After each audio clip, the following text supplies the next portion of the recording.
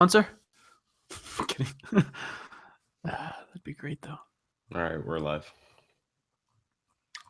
Hello, everybody. This is Peter, or Ramble, speaking, joined by AE, How's it going, everybody? and we are the Trenchcast Heroes. I believe last week we stopped off at Necrophus. Yeah, last His month. OP armor. Yeah, it's been a while. So we'll go through we need to finish off where we were, but at the end, I think we'll go through like some of what we've seen so far with those first heroes. So we were at Necro. Okay, so Yeah. Necro just got a base armor increase, so we'll move on to Night Stalker. Necro's not changed much.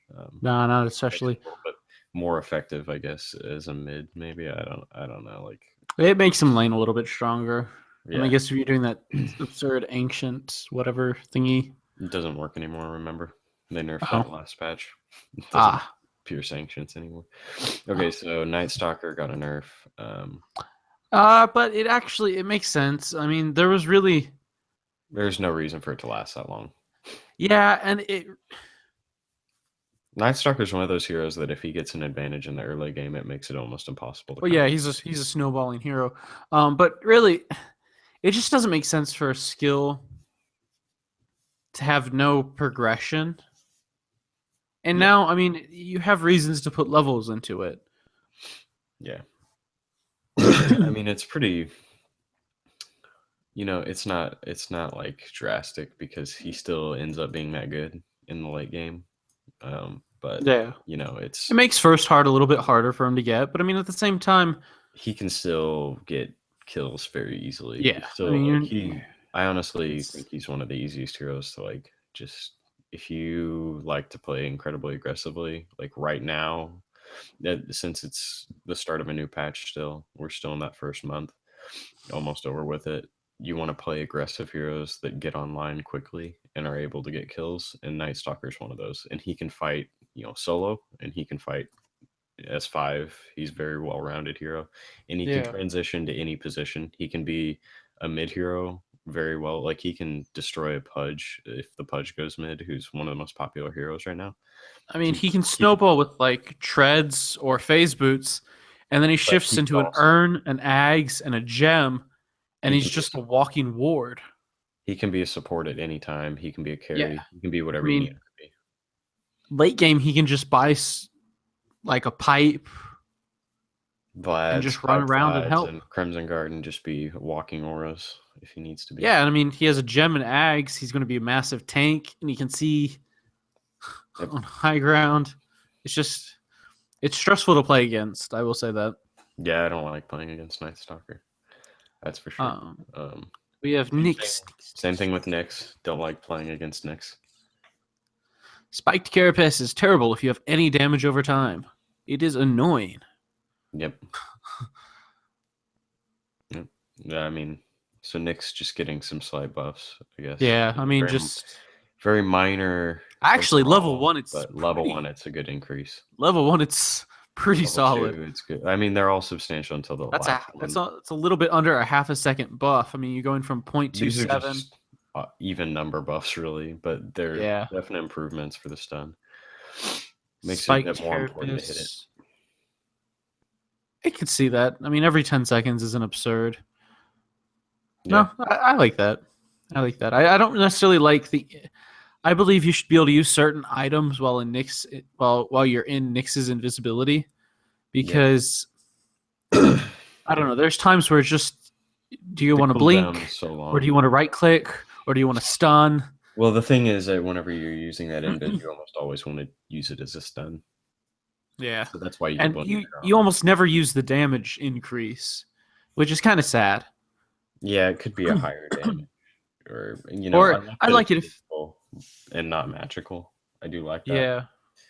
Yeah. In the late game that falls off so much. Yeah. Then we have Ogre Magi continuing to get buffed because nobody wants to play supports.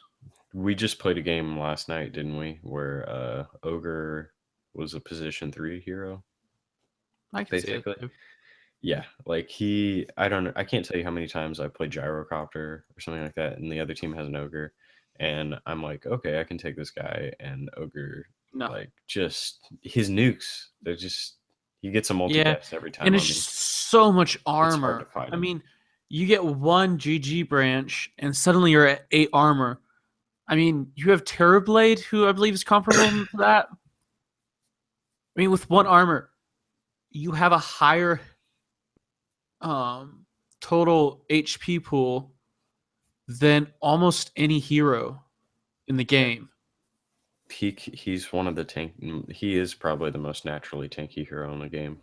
Because I mean, you think who's more tanky than him? Like Treant, but Treant doesn't have the armor than him. He probably has more health than Treant, actually.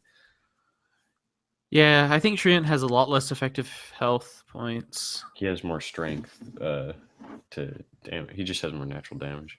Yeah, he has the most natural damage. Yeah. And then Oracle, the hero nobody plays in our bracket, at least. Yeah. And if they do play him, they get a rapier prize or and die. That was repeatedly. Yeah, that was.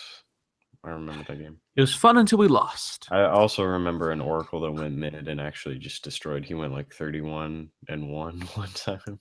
The dream. Yeah, he must have been like. I'm smurfing. That he was smurfing. But okay, so Fate's Edict cooldown. That's a buff, even though it's a slight nerf at the beginning. It's like, when are you going to use those spells? Whenever you have a small mana pool, anyways. I don't think you're going to be using it every 12 seconds anyway, so not a huge nerf there, and it's a buff later. And then duration reduced, so I think that's a nerf, isn't it? Yes, because that's done, right? Isn't that the one, Fate's Edict? It's not a stun; it's a root, like what Lone Druid's Bear does. Yeah, I believe. That's actually no. I take that back. It's not a root. It is 100% movement speed slow. Yeah, if I'm not mistaken. No, it's Fate's Edict, weird, right? That we're talking about. That's the one that enraptures a target, disarming them and granting them 100% magic damage resistance. Yes, but it also purges the person. But it now can be cast on an ally. No, you're thinking of Fortunes and. Oh yeah, okay. No, I skipped that then. Yeah, okay. Stops them. Fate's Edict is the one that makes them ether, right? I'm not sure about that. It's just the one that allows them to it disarms the target and grants him 100% magic damage resistance. So it's really good. Like Huskar is like one of those heroes that whenever Huskar was really good, they would take Oracle plus a Huskar and you just win the game. And now, I mean, obviously you're not going to be playing that, but like it's very strong ability. Because you basically with Oracle, there's a certain combo. I don't remember it. I was trying to learn Oracle and I just gave up because I don't care. I have no interest in the hero. But like if you just use I think if you use False Promise and then you cast like all the other spells, they basically heal for like 2,000 health or something ridiculous like that. Or they get nuked for that much if they're an enemy. Like it's ridiculous. Yeah, if you do it the right order, you can deal an insane amount of damage in burst. Yeah. I mean, so basically the hero got buffs almost in every way. Like there are some slight nerfs here and there. Yeah. But overall, I still preferred when False Promise gave invisibility. I did like that. That was weird. It was nice. Hero. Let's talk about OD, Arteezy's favorite hero. Astral Imprisoned got some interest. I really don't like the way they've changed that world. Like they made him like Slark, and now Astral Imprisonment is a AoE nuke. It just doesn't make sense. It feels like they didn't know what they were doing almost, which is I don't know, because that was the whole thing with OD is you grab the person, and then you let them go, and it blows up, right? Is that how I'm understanding? It does a little AoE damage, and it kills. That's not awful. I mean, that'd be great when you're mid trying to get a creep. It's actually not bad. The reason I don't like it though is because it just doesn't fit with what we've seen from the hero. It's just such a weird Yeah, thing to do. it's a change. And now, and the thing is, they bring in OD, and they have him in like, if you like, this hero has a potential to be incredibly broken, but very bad in regular games. So like, if you're playing arcade, this hero gets picked every time in overthrow because you can get 152 intelligence steal. Now these numbers are all off now because let's see, Arcane Orb now steals int, but if we look at the patch notes from the C patch 6.86, 50 seconds. yeah, 50 seconds, I believe. Just a second, I lost it. Yeah, it's 50-second duration, and Arcane Orb steals at level 1, 2, level 3, or level 1, 2, level 2, 3 int, level 3, 4 int, and level 4, 5 int. So this hero in arcade is just incredibly broken. 5 but int. in the game, it just doesn't last long enough. And I've like Arteezy has been playing this hero a ton lately. I've been watching him, and like they're very like, I love OD. I think he's a fun hero to watch and everything, but it just How much doesn't. mana does Arcane Orb? It's 100 mana, right? It's 100 mana, but you can use it all the time So practically. you're stealing 5 because- intelligence, which is 70 mana, 68 mana. So you almost break even, and then you have Essence Aura, which would push you over. So basically now level 4, your Arcane Orbs are almost guaranteed free. Oh yeah, it's always kind of been like that though. Well, I mean, you're gambling a little bit because Yeah. it's what, a 40% chance to regain mana. Yeah. Okay, so I mean, you're gambling a bit, but now it's, I mean, you're gaining so much intelligence Yeah. that No, really. I think the hero's stronger now than he has been. It's just really like, I'm not sure how this hero fits in yet. I think there's going to be like some sort of um build that comes up that makes him really powerful, but as it stands right now, I think he's not, we don't He's know not in a where good he's at spot. yet. He's not in a bad spot. He's just not, I Awkward. wouldn't play him right now. If you're debating who to pick right now, I wouldn't pick him. Now, if you're going mid against like a Tiny or somebody who you can just steal in from constantly and they rely on that, otherwise they can't farm mid, then yeah, pick OD. I think he's a good hero. I couldn't pick him if I'm in a higher MMR bracket and think, oh well, like Invoker. Like Invoker right now is the most popular mid right now. He's one of them, if not the most popular hero in the game right now. And I don't think OD is definitely not a hero that you can pick every game. And Invoker pretty much is. Like, I don't know. I think it's changed a lot. But I mean, he did get a nerf with his int growth, but it evens itself out because now he steals more intelligence than he ever has. Yeah. I don't know. I have no idea right now. Like, and between like, I don't know. I just don't know what to think right now. Yeah. He's confusing to me right now. Just what you do with him. I think that they're on the right track to helping him out, but I don't know if the way they did it was the way they should have. I don't know. It's cool. It's a cool idea. I just think it's very similar to Slark, and we already have a. It now really punishes. Wait, Astral in his ultimate. Yeah. If you get Ags, it Astral imprisons everyone who's caught in it, right? Yeah. Now you don't need to buy Ags. Well, no. So you hit them with the Ags. They're clustered, right? Yeah. Everyone who doesn't die goes back into the Astral.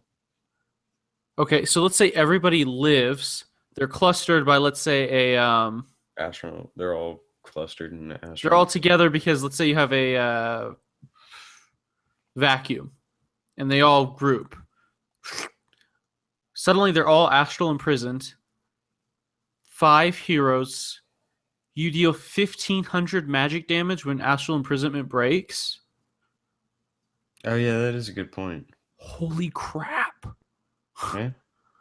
I mean, and then you just have an Earthshaker or a Dark Well, I Seer. mean, you don't even need that. You just You just have it refresh. to finish off. You do it a second time.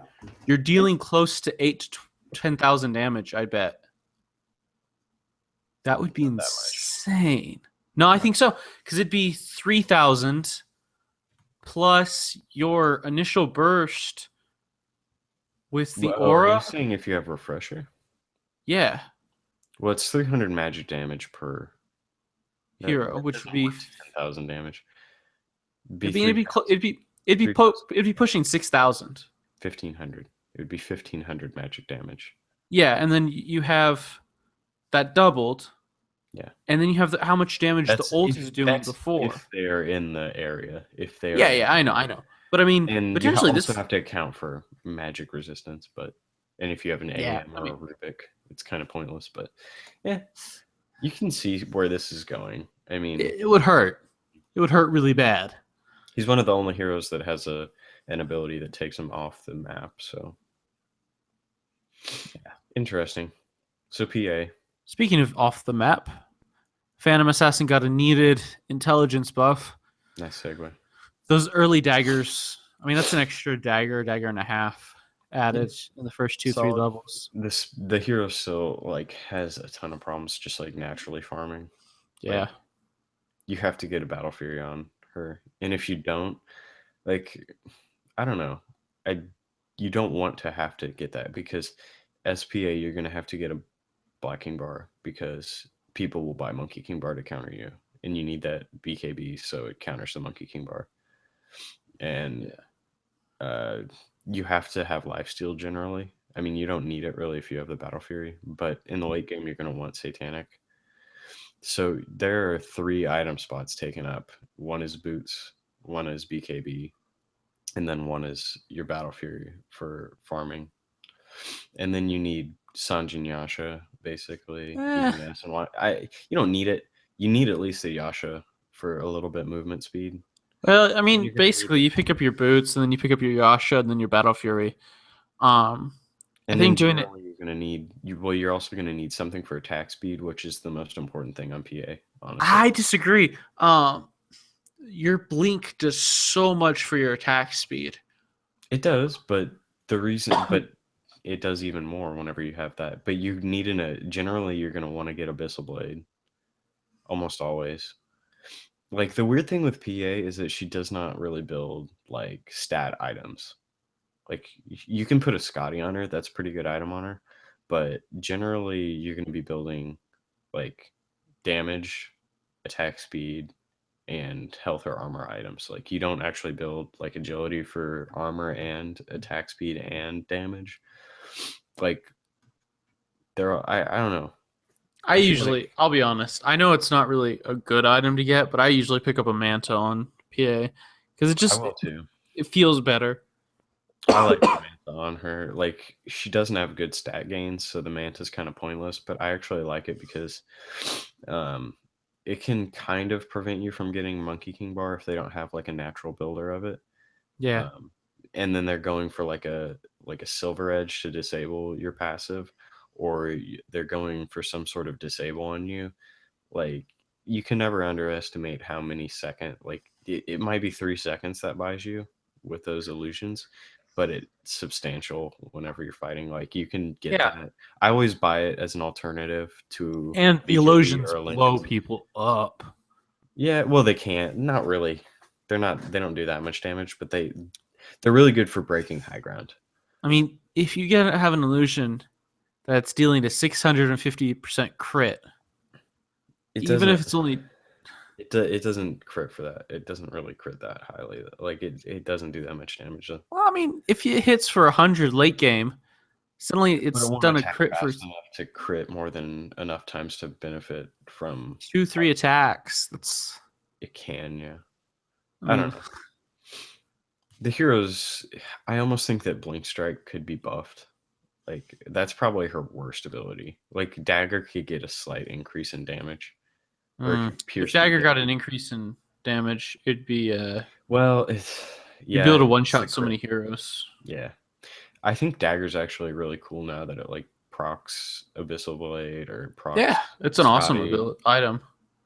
Yeah, I think it's good, but I think blink strikes where like I think you just take away that increase from it, and then you just give her higher attack speed just overall. I think that would help her out, I like a think it'd be higher cool. agility No, you rating. couldn't do that. I don't Huh. know. Oh, She needs some sort of like attack speed increase because that's really her, or just higher damage, but not to a point where it's overpowered. Obviously, yeah. I don't want this hero. Like PA has potential to be one of the most broken heroes in the game, Yeah. but she's not. Speaking of broken, we have Phoenix, who I have no opinions on. We just always play against Phoenixes. Whenever we play as They're Phoenix. annoying, but not all that bad. Yeah, generally you don't have a huge issue with them. It's just some Uh, slight buffs. Puck, a hero we never see anymore. Got some I buffs. like mana cost reduced. I like the hero right now. I don't think Cooldown. I can see this. I They actually reduced the think that cooldown early game, but they increased they reduced the mana cost, but they increased the cooldown, which I think it evens out because now basically early game you can use 2 illusory orbs for the price of 1, which is better, I think, yeah. even with the longer cooldown. Yeah. No, I think that and the cooldown it's not huge. It's just I think that the only thing this hero needs to be like really competitive is like the silence of Puck should have some sort of like knock, like a kind of like what's Crowd. Oh, Batrider's ability. That one, like it does an AoE. So basically you could combo it with your ultimate and trigger um interesting. trigger the stun. Like I think that's the one thing the hero's missing from being like a really good hero. And right now the hero's better. Like I think we'll see Puck competitively, but Puck's going to be either an offlaner or a mid that plays like a position 3 like a Magnus. So it's going to be very situational hero. Yeah. Because we're not the one thing that kind of disappoints me about Dota right now is the fact that heroes like Enigma and Tide and just those heroes that really have like a huge high skill cap, Rubik, they really aren't benefiting anymore. Like Dota's almost turning to a right click game right now or a 5-man gank team, and Puck doesn't like heroes like Puck and Rubik, while they're good in that 5-man, they don't contribute enough in like right clicks or just like Yeah. stuns or anything like that. They're very situational. I mean, they have long disables, but they need a setup to do it. I don't know. I think Yeah. there just needs to be a slight change to something to make that like Yeah. heroes like Puck more viable, and I'd like to see it. And same thing with Pudge. Like I need to play more Genji, Pudge, especially with this new rework yeah, on the Scepter. I like this. You no longer have the old Scepter bonuses, but let's just go back. all the Normal scepter Dismember bonuses. Yeah, is kind of lackluster. It pierces BKB, but it never really did the damage. Now it does the same 6 amount of damage. plus 30% of your strength level 1, Yeah, which is pretty good. I mean, it's pretty good. let's say you have what you normally have, probably 40 strength, level 6, right? Yeah, 45. something like that. That's an extra 30%. 16 damage, I think. I want to say. Yeah, So it's about the slightly same. better. Yeah. But In the late game, it also once you've heals you snowballed- for the damage it does. Yeah, That's the normal Dismember. But when you get Scepter, instead of changing Dismember like it used to, yeah. now it reduces the cooldown of Meat Hook and buffs the damage. And then you throw in the fact that there's now Ether Lens in the game, which we'll which talk now about. you can throw a Longer hook hook. for miles. Yeah. And I keep seeing these Pudges that don't build Aghanims. They just build like a heart and something else, and it just baffles me. Yeah. This is such a like whenever I saw this, I was like, huh, I don't know how good that is, but it basically makes it a little bit easier to play Pudge because now if you miss a hook, it's not as big of a deal, and it could almost be a strategy to miss a hook because in a couple more seconds you're gonna have another one. Yeah. By the time it's back, it's like a second elapsed. So 3 more seconds, you'll have another hook, and people can't run from you as easily now. No. You just need to make sure you give Pudge the space to throw that Speaking second of hook. being able to run, Pugna's Decrepify no longer slows allies. So basically, let's say a troll jumps you, you decrep your ally, they run off. Pugna's still not a viable hero yet. I like Pugna. I like Pugna though. It throws Queen- everybody when you pick him. People don't know Huh. how to play against him really. 'Cause Queen of nobody Pain plays. got a little early game nerf. Yeah. It's like a gyrocopter nerf. The hero's still good regardless. Like Yeah. the sonic wave travel speed though is a pretty substantial nerf. Yeah. It was like what It's- happened with it's not huge in terms Faceless of, Voids like- Chrono. Yeah, it's not huge in terms of like it will maybe it won't it will guarantee you a kill if you're using it like mid or something like that as long as you can aim it. But it gives it a little bit more time to dodge it. So Yeah. a little bit I think it's balanced though. I don't see it like people complaining about this are Queen of Pain pickers, not people overall. Like it's not that bad. I've played against it. It's still Not- pure damage. It's annoying. It's still BKB piercing pure damage. Not all of it pierces BKB, but hers does, right? Yeah. Let's see. Riki got interesting changes. Instead of having backstab and permanent invisibility, you just have an ability called permanent invisibility. It's 6-second fade time to 3 seconds instead of I want to say 6 to 8 to 2. If I'm not mistaken. What are we talking about? Riki's invisibility. But it no longer grants the passive no longer grants HP regen, but instead it grants you a Now it backstab. backstabs now granted in invisibility. So basically it's easier for you to save skill points. It's You can actually- conserve them. They because of Reddit, it's been renamed Cloak and Dagger as well. And so obviously the basic thing is that his ultimate is very similar to Ember Spirit's Sleight of Fist. It's slightly better. It takes him off the map and he's untargetable. Yeah. But It's basically originally it it makes you into Phantom Lancer for a short period of time, which is very handy. turns you like- into Phantom Lancer. Like you can just pick up, you no longer can be targeted, nobody can kill Oh you. yeah, like that. For a It's- couple seconds. Well, it takes you off the map, and it's Yeah. a huge AOE circle. And it can get you back in invisibility Yeah, without being targeted. you can use items in it, I believe, or something like that. But then, so people were buying Battle Furies and then just sneaking up on a group and then killing them because it's like it just almost automatically shreds them all. Especially if there's a Phantom Lancer, it kills them in like 2 hits because it strikes like 5 times or something like that. Yeah. It's depends on what level. 3 it to is. 5 times. Yeah, it attacks 1 time per second, or 2 times every second. So then they nerfed him because it only affects heroes instead of just everything in the AOE. And Yeah. then the But they AOE got also slightly reduced- increased, and they reduced the cooldown to 70. That was in the second patch. Yeah.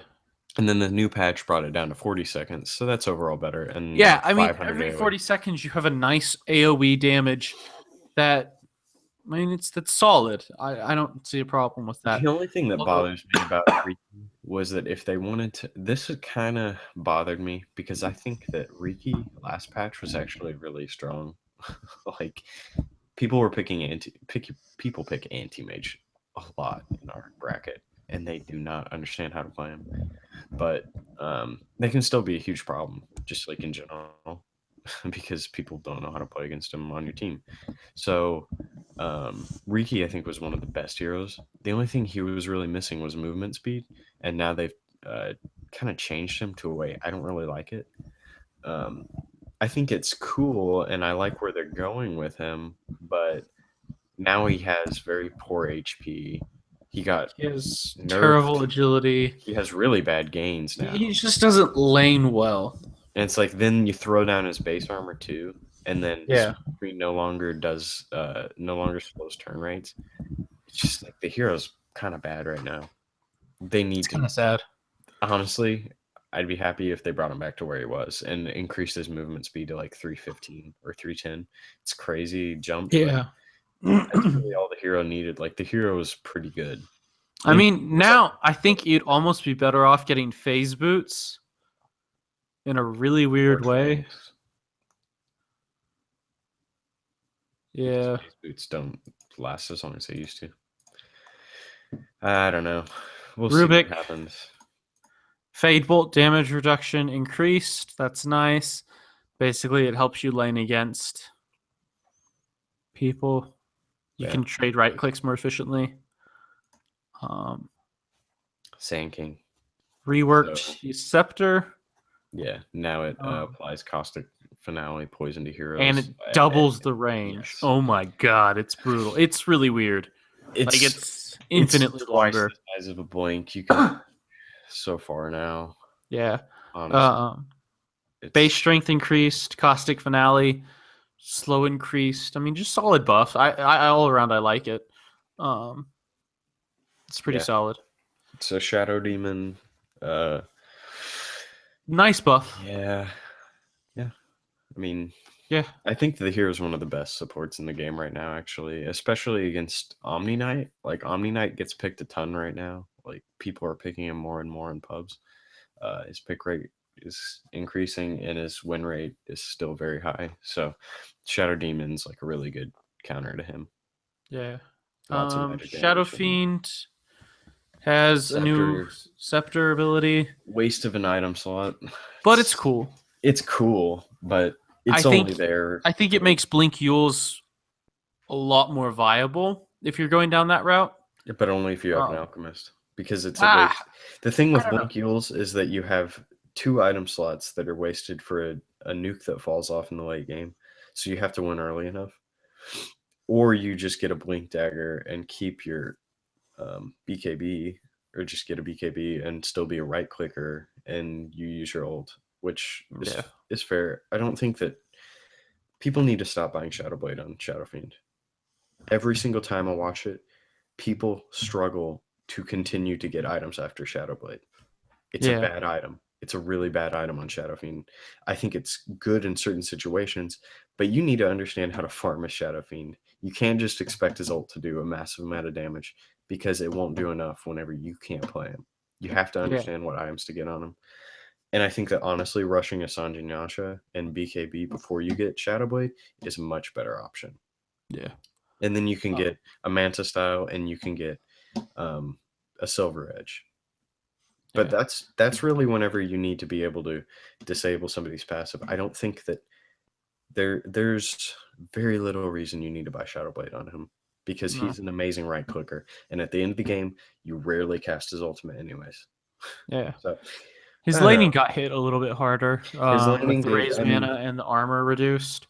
But it's not substantial enough. He's still a dominating lane player. I mean, honestly, I don't like playing against Shadow Fiend. I do not like playing against him.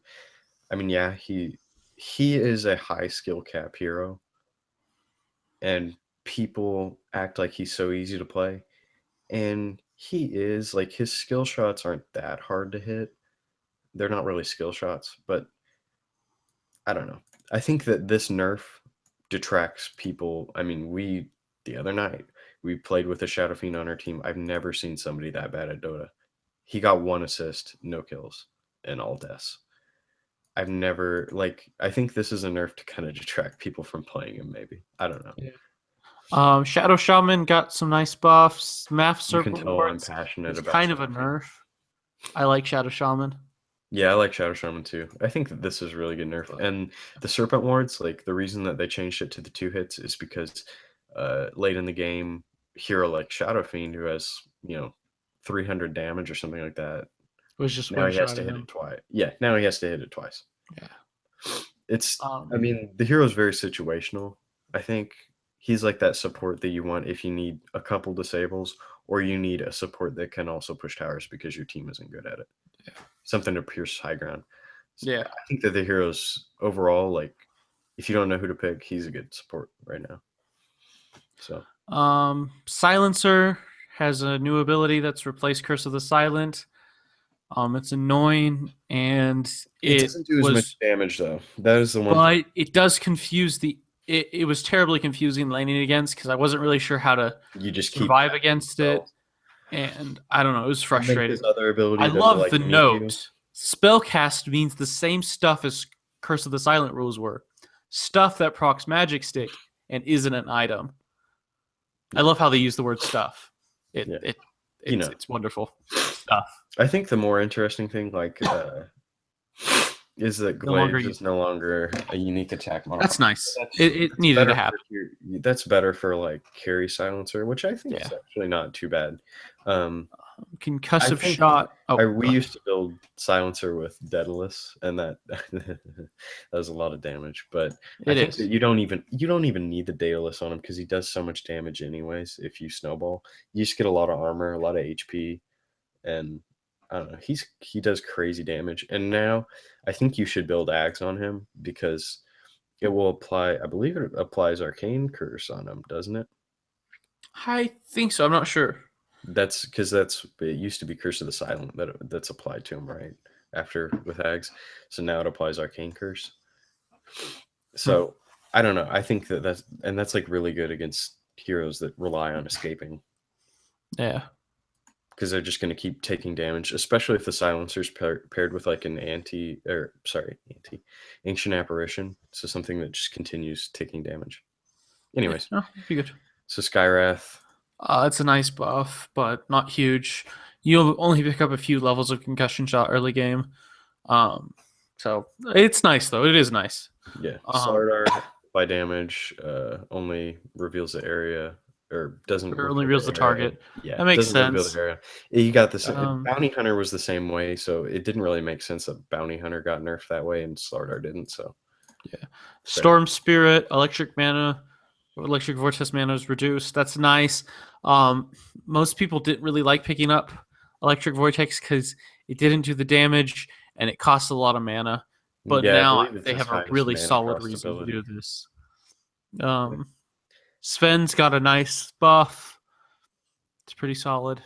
Yeah, he's getting better. Position 1 right now. Templar, we now know when refraction is up. Super annoying. You never were quite sure how. Yeah. If you could hit her or not. Yeah. Terrorblade is now in captain's mode. Terrorblade is one of the strongest carries in the game right now. Yeah. Tidehunter has a buff. Definite buffs. You now have an Ags, and the Ags is actually really amazing. At first, I wasn't sure about it, but after seeing games played with Ags used, it's really good. It's amazing. I think I saw Ice playing him, and he was just getting like killing sprees with it. Yeah, it's really good. It's really cool. Anchor Smash has been buffed. The cast time reduced. That's always a good thing. Ravage stun duration is just a little bit better. Game. Yeah. No. Timbersaw. Timbersaw got some really good buffs. As somebody who loves to play Timbersaw but doesn't really do it as much as he'd like, he's almost like a carry. He's weird. Timbersaw's a weird hero. I love him though. Yeah, it's fun. Got some nice buffs. Tinker got some definite buffs. Not anything. Not as much as the last patch, but But it's interesting. I still don't think Tinker's super viable, but like whenever he is picked in the right situation, he can still be very threatening. Yeah. Tiny Craggy now triggers on the landing of attacks rather than the starting. So that means you're still going to take the damage. Yeah. It's so much better now. Yeah. It makes more sense. Now, instead of PA getting stunned before the crit lands, you still die now from PA. But she gets stunned afterwards. All in all. Yeah, I like it. It makes sense. Yeah, it wasn't fair. Yeah, especially like I like to build tiny butterfly, so you have that extra bit of evasion. Yeah. So it was really kind of stupid. It's like he could evade an attack, but still trigger Craggy. Not that he would get attacked anyways, but like he just like he was almost untouchable. Like because if you didn't get procced with a Craggy, you might get procced with evasion, and it's like how do I hate this guy even? So makes sense now. I like it. Treant, your boy Treant.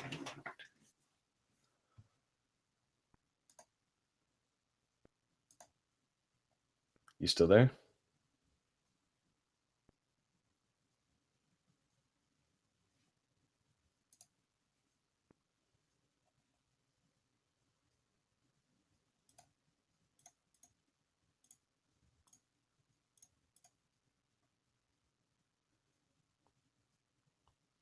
You still there?